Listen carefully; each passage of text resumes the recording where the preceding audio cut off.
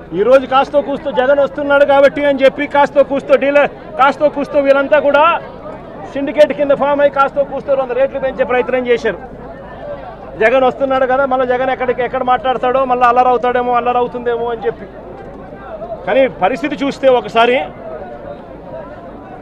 మామూలుగా మార్చిలో procurement start చేయాలి. మార్చు, ఏప్రిల్, మే, జూన్ ఈ 4 నెలల్లో మామూలుగా ప్రొక్యూర్మెంట్ కంప్లీట్ కావాలి. 220 మిలియన్ టన్నుల ప్రొక్యూర్మెంట్ చేయాల్సి ఉంటే కేవలం 40 మిలియన్ టన్నులు మాత్రమే ప్రొక్యూర్మెంట్ చేసిన పరిస్థితులు ఈరోజు రాష్ట్రంలో కనిపిస్తూ ఉన్నాయి. ఈరోజు రేట్ ఎంత అని చెప్పి చూస్తే ఈరోజు బ్రైట్ క్వాలిటీ అంటే హై గ్రేడ్ క్వాలిటీ యావరేజ్ మీద, నేను ఇక్కడికి రాక మునుపు వరకు కూడా యావరేజ్ మీద 220 రూపాయల నుంచి 260 రూపాయల మధ్యలో అమ్ముడు పోయే పరిస్థితి. ఈరోజు నేను వచ్చినాను కాబట్టి 280 చేసినాను. రైతులకు హై గ్రేడ్ క్వాలిటీ యావరేజ్ 240-250 రూపాయలు కూడా హై గ్రేడ్ వెరైటీకి రాని పరిస్థితిలో ఈరోజు రైతు పొగాకు అమ్ముకుంటా ఉన్నాడు. గత ఏడాది ఇదే హై గ్రేడ్ క్వాలిటీ బ్రైట్ క్వాలిటీకి 366 రూపాయలు కేజీ అమ్ముడుపోయింది. అంటే 36,600 రూపాయలు క్వింటాలు. ఈరోజు సగటున హై గ్రేడు 240-250కి పోతా ఉంది. ఇక లో గ్రేడ్ పరిస్థితి చూస్తే కొనే నాతుడు లేడు. లో గ్రేడ్ పరిస్థితి. యావరేజ్ మీద ఎంత కొనుక్కుంటున్నారు అని అంటే 160 రూపాయల కేజీ నుంచి 180 రూపాయల కేజీ కొంటా ఉన్నారు. అది కూడా కొండం లేదు ఎవడు. ప్రతి రైతు ఇక్కడికి స్టాక్ తీసుకొని వస్తూ ఉన్నాడు. ఇక్కడ నుంచి 40% మళ్ళా స్టాక్ వెనక్కి తీసుకొని పోతా ఉన్నాడు ప్రతి రైతు కూడా. 220 మిలియన్ టన్నులు కొనాల్సిన చోట జూన్ నెల అయిపోతా ఉంది, సీజన్ అయిపోతా ఉంది, కొనుగోలు చేసే సీజన్ అయిపోతా ఉంది.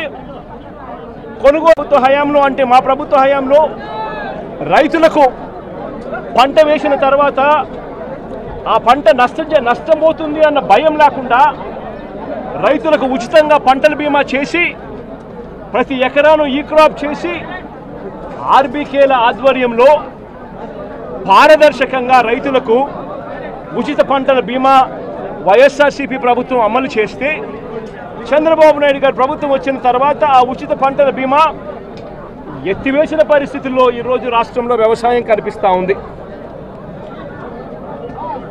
ఈ క్రాప్ వ్యవస్థను పూర్తిగా నీరుగా చేశారు. దళారీలు లేకుండా పంటలు కొనుగోలు చేసే ఆర్బీకే వ్యవస్థను నీరుగార్చిన పరిస్థితులు ఈరోజు రాష్ట్రంలో చూస్తూ ఉన్నాం.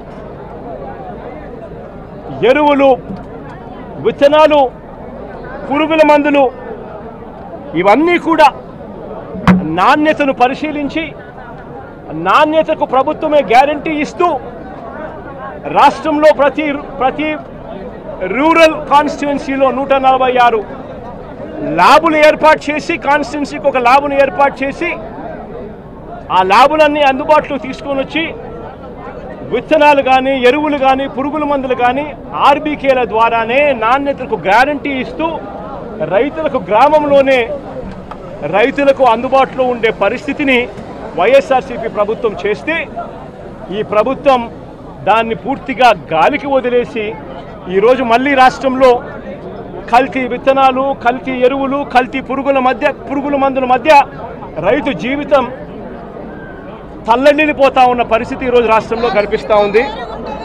మేము తీసుకొచ్చిన ల్యాబులు ఈరోజు నిర్వీర్యం చేస్తూ ఉన్న పరిస్థితుల మధ్య ఈరోజు రాష్ట్రం కనిపిస్తూ ఉంది.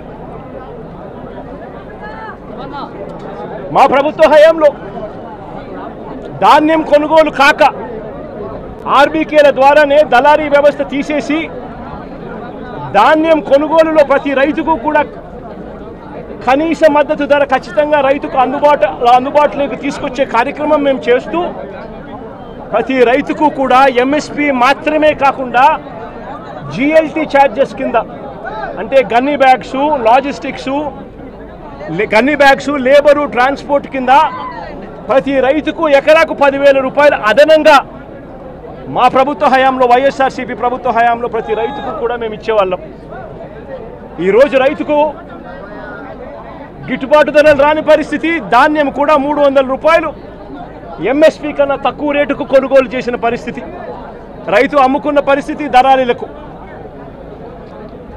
ధాన్యం కొనుగోలుకే కాకుండా మా ప్రభుత్వం వైఎస్ఆర్సీపీ ప్రభుత్వంలో గతంలో 3,000 కోట్ల రూపాయలతో ధరల స్థిరీకరణ నిధి తీసుకొచ్చి ఏకంగా 5 సంవత్సరాల కాలంలో 7,500 కోట్ల రూపాయలు ఖర్చు చేసి మార్కెట్లో కొనుగోళ్లు చేసి మార్కెట్లో పోటీతనాన్ని పెంచి రైతులకు గిట్టుబాటు ధరలు వచ్చేట్టుగా మా ప్రభుత్వ హయాంలో 7,800 కోట్ల రూపాయలు ఖర్చు చేసి రైతులను ఆదుకున్న పరిస్థితి మాది. అయితే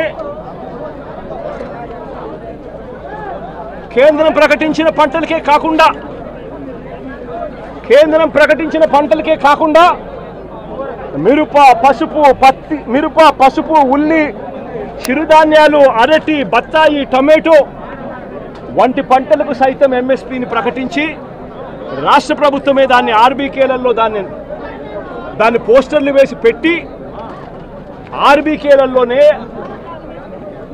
అక్కడే పనిచేస్తూ ఉన్న అగ్రికల్చరల్ గ్రాడ్యుయేట్ ఆర్బీకేలో అక్కడే కూర్చోబెట్టి ఆ పంటలకు సంబంధించిన రేట్లు వెంటనే అప్డేట్ చేసేవాళ్ళు.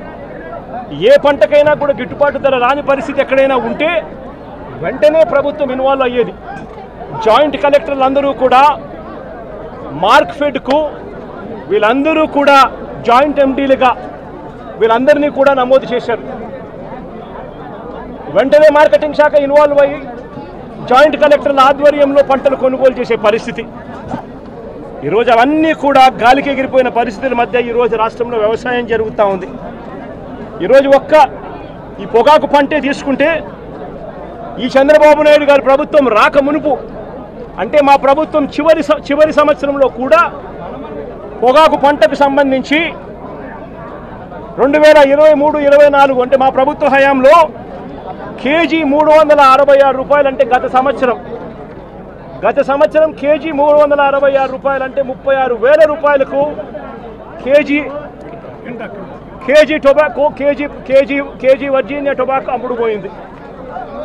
గత సంవత్సరం హైగ్రేడ్ 36,000 రూపాయలు క్వింటాల్కి అమ్ముడుపోతే లో గ్రేడ్ కూడా 24,000 రూపాయలకు తగ్గకుండా క్వింటాలకు గత సంవత్సరం అమ్ముడుపోయిన పరిస్థితుల మధ్య ఈరోజు పరిస్థితి ఏమిటి అని చెప్పి ఒక్కసారి మనమే వెళ్ళి చూసాం.